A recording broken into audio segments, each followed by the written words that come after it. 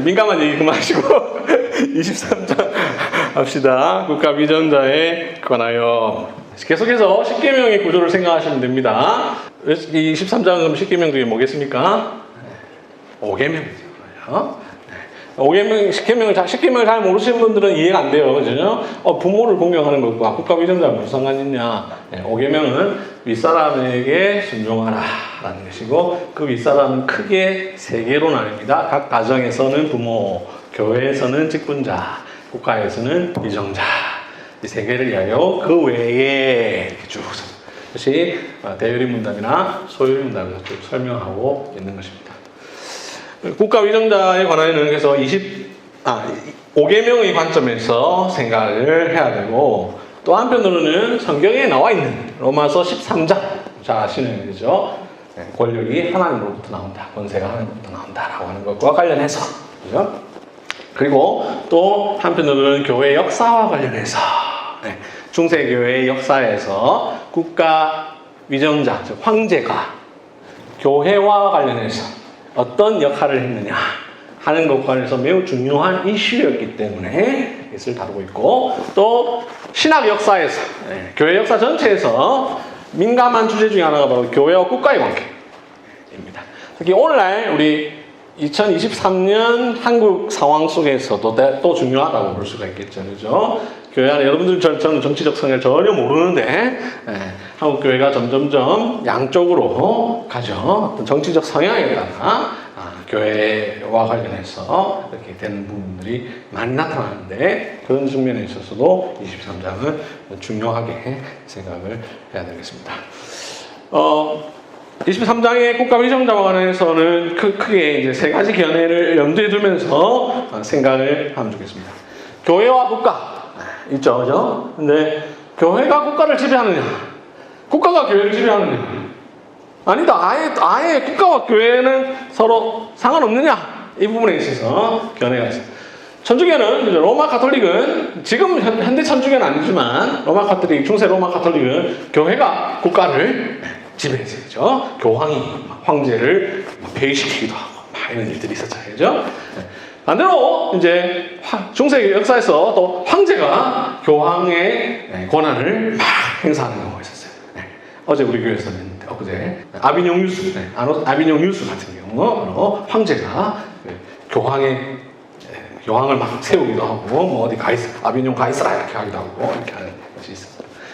또 종교개혁 역사 속에서 보면 우리가 성공회라고 부르는 English Church, 앵글리칸 처치라고 하는 Church of England라고도 하고 성공회가 바로 종교개혁 역사 속에서 왕이 교회에 대해서 지배권을 행사하는 그런 것이 있었는데, 자, 우리는 교회와 국가는 다른 영역이다, 영역 자체가 다르다 하는 것을 중요하게 생각을 합니다. 그것을 신앙고백서가 이야기하고 있습니다.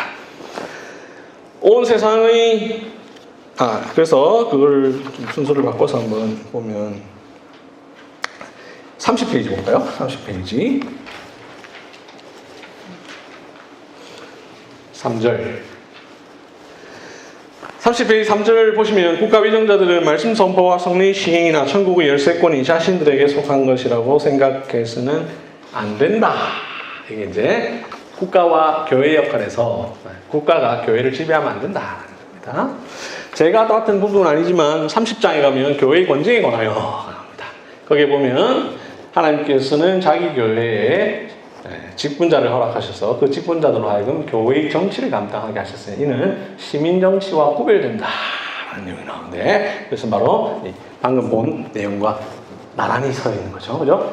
여기 23장 3절은 국가위정자는 말씀과 성례와 권징, 즉 교회의 정치를 관여해서는 안 된다라는 거고, 30장 1절은 교회에는 직분자를 세우셨으니 그 직분자는 교회의 정치를 감당하는 사람들이고, 그것을 시민 정치와 구별되는 자들이다. 그래서 국가에 일에 관여하면 안 된다. 이게 23장에서 말하고자 하는 교회와 국가의 관계에 있어서 중요한 내용입니다. 다시 27페이지로 와서 이제 1절부터 좀 설명을 하겠습니다.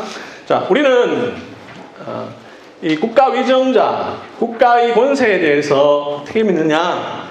로마서 13장 1절부터 4절 근거 구절이죠. 베드로전서 2장 13절부터 14절 말씀에 근거해서 온 세상의 최고 주이시며 왕이신 하나님께서는 자신의 영광과 공익을 위하여 자기 아래 그리고 백성들 위에 위정자들을 세우셨다. 이렇게 얘기합니다. 그렇죠?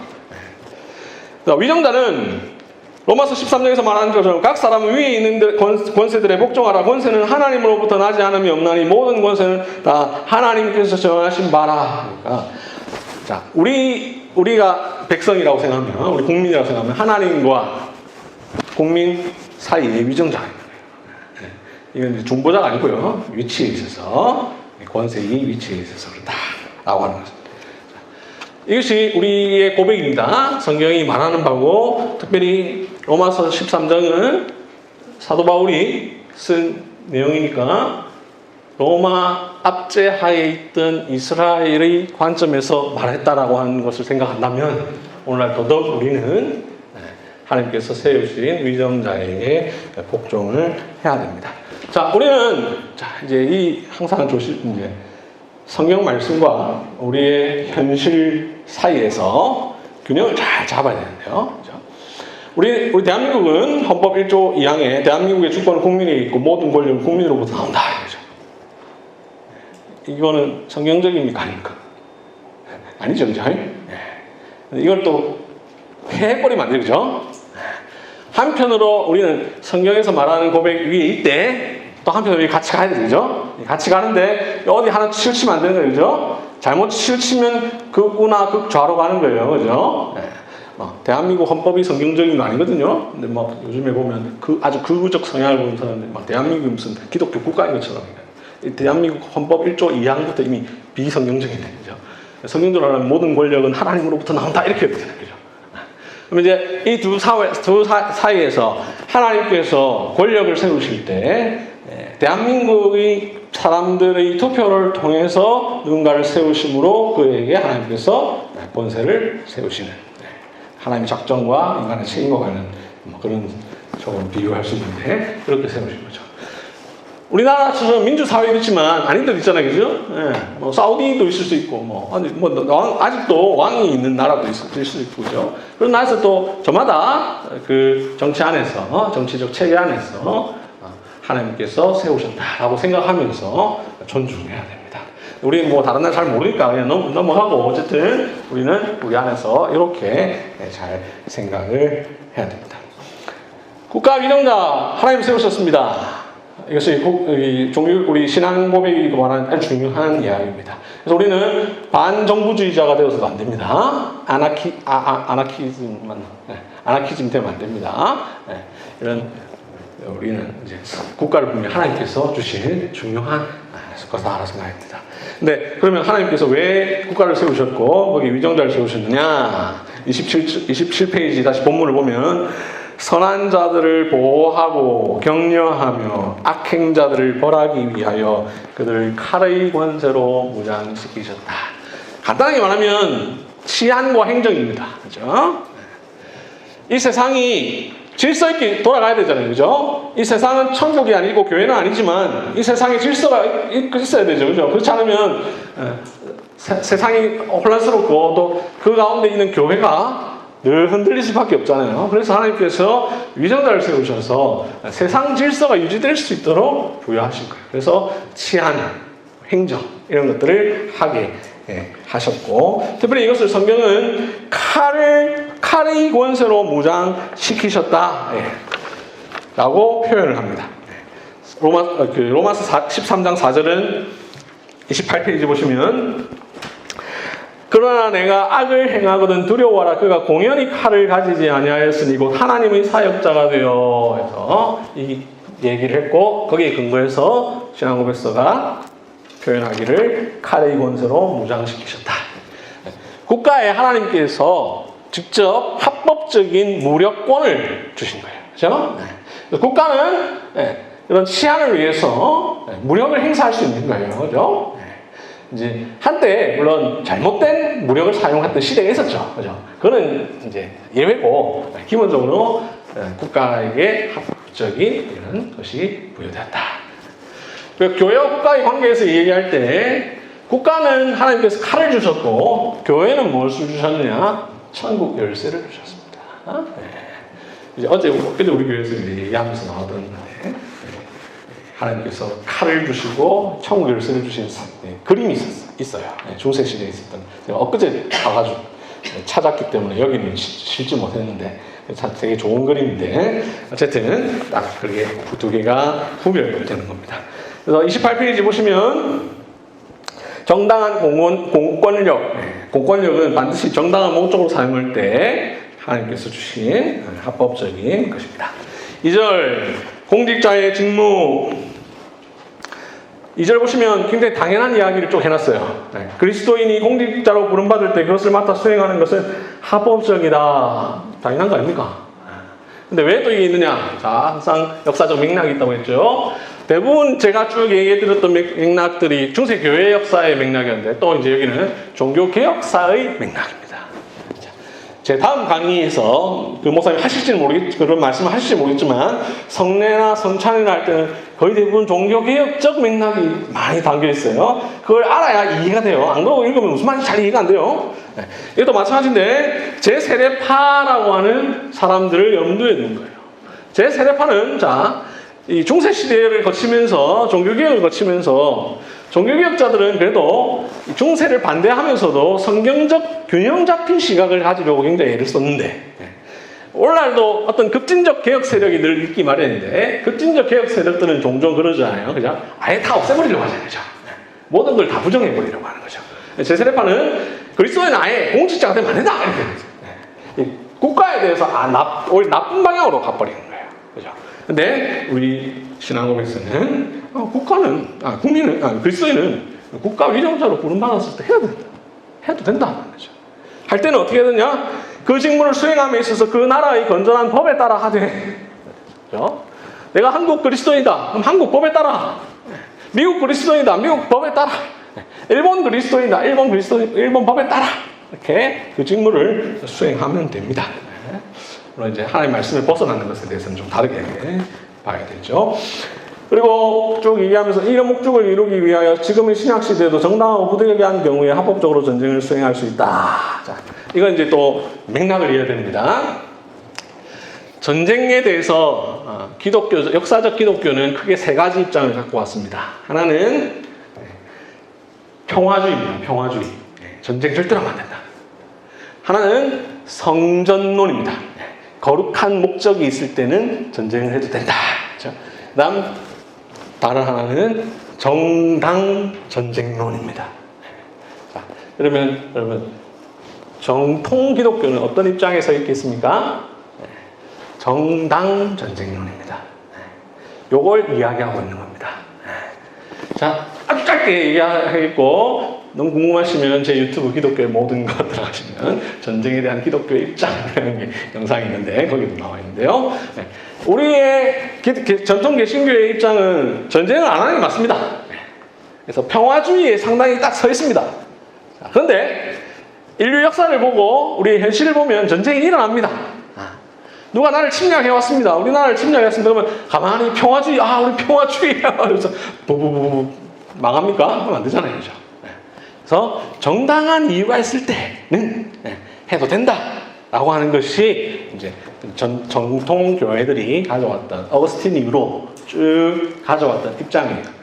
그런 정당한 목적은 무엇이냐 할 때 여러 가지가 있어요. 제가 지금 암송하지는 못해서 다 설명 못 드리겠지만 방금 말씀드린 것처럼 침략을 당했을 때, 그래서 정당 보호적 측면에서 그리고 전쟁을 막기 위해서 전쟁이 벌어졌는데 그 전쟁을 빨리 막아야 되잖아요. 끝내야 되잖아요. 그러기 위해서 그 외에 여러 가지가 있는데 그것을 말하고 있고 칼빈의 기독교 강요에 보면 29페이지 밑에서 셋째 줄 이와 관련된 내용을 설명하고 있고 웨스트민스터 신앙고백서는 그 내용을 그대로 정리해서 고백하고 있는 것입니다. 여기 아까 제가 교회사 맥락 중에 얘기했습니다만 웨스트민스터 고백서를 읽어보면 또 칼빈이 했던 말 그대로 써놓은 거 굉장히 많아요. 루터가 했던 말 그냥 그대로 문장 그대로 써놓은 말 굉장히 많아요. 그게 굉장히 성경적이기 때문에 그대로 썼는데, 또 그러면서 이걸 보면서 우리가 느낄 수 있는 게, 진짜 웨스트민스터 신앙고에서는 개혁주의 신학을 잘 정리해 놓은 집대성한 것이다 라는 것을 알 수 있습니다. 저도 이렇게 연구하고 보면서 볼 때마다 느끼는 게, 감탄하는 것이, 그런 거 모르고 보면 무슨 말인지 하나도 모르겠는데 알고 보면 엄청나게 많은 내용이 있다. 3절, 아까 말씀드렸습니다. 국가위정자들은 교회 관련된 것이 자기들에게 해서는 안 된다라는 것을 가르칩니다. 중세 역사 속에서 교황권과 황제권이 큰 대립을 했고, 그래서 때로는 교황이 국가에 대해서 간섭을 하기도 하고 국가가 교회에 대해서 간섭하기도 했는데, 우리 신앙국에서는 이런 역사들을 반추하면서 성경 본문에 근거해서 국가는 교회 일에 간섭하면 안 된다라고 가르친 거예요. 그 밑에 보면, 그러나 30페이지 3절의 두 번째 줄, 그러나부터 쭉 읽어보면 이상합니다. 이해가 안 됩니다. 왜 이해가 안 되냐면, 국가에게 이런 권한까지 있나? 이런 게 있습니다. 예를 들어 이단을 억제하고, 밑에서 넷째 줄에 교회 회의를 소집할 권한이 있고, 거기에 참석해서 그 회의에서 처리된 것을 시행하고 협조할 권한이 있다. 그래서 웨스트민스터 신앙고에서는, 여기서는 지금 우리 처음 만들어져서 1645년도 판을 기준으로 우리가 가르치고 있는데, 그죠? 저도 거기에 거의 동의하고, 근데 웨스트민스터 신앙고가 처음 작성된 이후에 몇 번의 수정 작업을 거칩니다. 이 부분이 한번 수정을 합니다. 수정하는 게 바로 이런 내용 때문입니다. 이 내용은 과거에는 맞지만 지금은 안 맞거든요. 교회 역사를 보면 니케아 회의라든지 웨스트민스터 회의라든지 이런 다 국가 위정자들이 교회 회의 소집을 하는데 역할을 했고, 또 시의회 의원들을 파송하기도 하고 이런 걸 했지만, 지금은 이제 아니거든요. 시대가 상황이 바뀌었기 때문에, 과거에는 거의 대부분의 나라가 거의 대부분 신자였기 때문에 그런 상황들이 있었는데, 지금은 이제 그렇지 않잖아요. 그래서 이 부분을 수정하는 것이 31페이지 보면 수정 내용에서 쭉 나옵니다. 1788년에 수정을 했는데, 이제 대부분 여러분 합동이나 합신이나 합신 모르겠고 합동이나 고신이나 이런 교단의 웨스트민스터 신앙고에서는 수정된 내용을 받아들이는데, 이런 내용들 때문입니다. 실제로 이거 읽어보시면 조금 이상한 부분들이 이상하다는 표현보다 우리 시대에 맞지 않는 내용이 있는데, 31페이지에 설명을 자세하게 설명해 놨으니까 읽어보시고, 제가 방금도 설명을 좀 드렸습니다. 32페이지 4절, 국가위정자에 대한 백성들의 역할. 이런 1절에서 말했던 국가위정자는 이런 존재이기 때문에, 그죠? 하나님께서 세운 권세, 권력이기 때문에 우리는 어떻게 해야 되느냐? 그들 위해 기도해야 됩니다. 그렇죠? 우리 다 교회에서 대표 기도할 때도 기도를 하잖아요. 그죠? 기도해야 됩니다. 위정자들을 위해서 기도합니다. 왜 기도해야 되냐? 디모데전서 2장 2절에 그 이유를 아주 잘 설명하고 있습니다. 우리가 모든 경건과 단정함으로 고요하고 평안한 생활을 하려 하느라. 어떤 정치적 이유 때문에 하는 게 아니고, 그죠? 우리 그냥 진짜 편안하게 신앙생활 좀 하자. 나라가 안정돼야 평안하게 신앙생활 하잖아요. 그죠?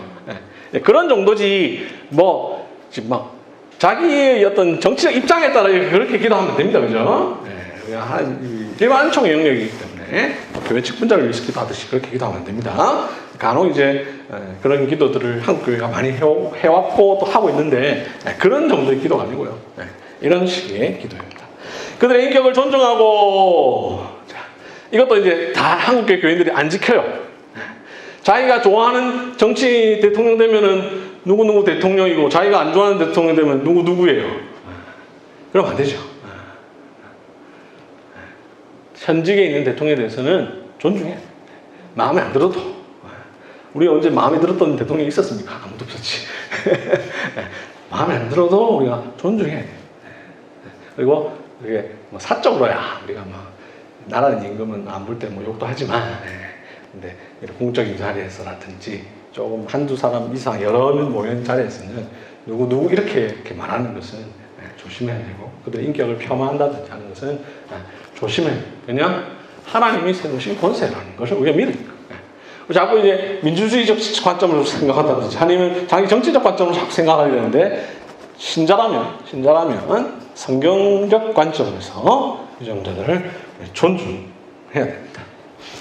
세금과 기타 공감을 납부하고 이 성경에 다 나와 있는 거고 합법적 명예에 복종하며 양심에 따라 그들의 권위에 순종하고 불신앙이나 종교의 차이가 위정자들의 정당하고 합법적 권위를 무효화할 수 없으며 저 사람은 신자다.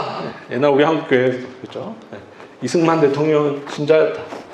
김영삼 특히 이제 저희 세대 저 정도 나이 때는 김영삼 때 특히 장로 대통령 세워주셔서 너무 감사합니다. 장로 대통령 안 세워주셔도 감사한 겁니다. 그들이 신앙과는 아무 관련 없는 거예요. 왜냐하면 직분자를 세운 게 아니라 위정자를 세운 거기 때문에. 그 다음에 장로 아니고 불신자라 하더라도 혹은 다른 종교를 가졌다 하더라도 심지어 여기는 보면 이단이라고도 이단도 상관없다고 얘기했는데 어쨌든 이단은 항상 조심해야 되게 제가 그 표현까지 쓰지 않습니다. 불신자든 다른 종교를 가졌든 그거 상관없는 거예요. 상관없이 존경하는 거예요. 또 그런 같은 신앙 우리 신자가 되었다고 해서 더 뭐 특별할 게 없는 거예요. 똑같이 우리가 해야 됩니다. 더구나 교황은 위정자들이나 그들의 백성 중 어느 누구에게도 어떤 권세나 권한을 갖고 있지 않다. 교황이 그들을 이단이라고 판단하거나 어떤 구실로든 교황은 그들의 통치권이나 생명을 빼앗을 수 없다. 이것도 역시 역사적 맥락입니다. 우리는 사실 지금 별로 와닿지 않아요. 중세시대에 교황이 자기 마음에 안 든다고 왕을 마음대로 폐위하고 아까 제가 잘못 표현했던 그 간호사의 굴욕 이런 것들 염두에서 표현입니다. 아빈용수는 황제가 교황에 대해서 함부로 했던 거고 간호사의 굴욕은 교황이 황제에 대해서 자기 마음대로 했던 건데 두 영역은 다른 영역이니까 그죠? 교회가 국가 영역에 침범을 해서 안 되고 국가가 교회 영역에 침범해서 안 되기 때문에 여기서 더구나 하면서 쭉 설명을 하고 있는 겁니다. 3분 쉬었다가 또 24장 하겠습니다.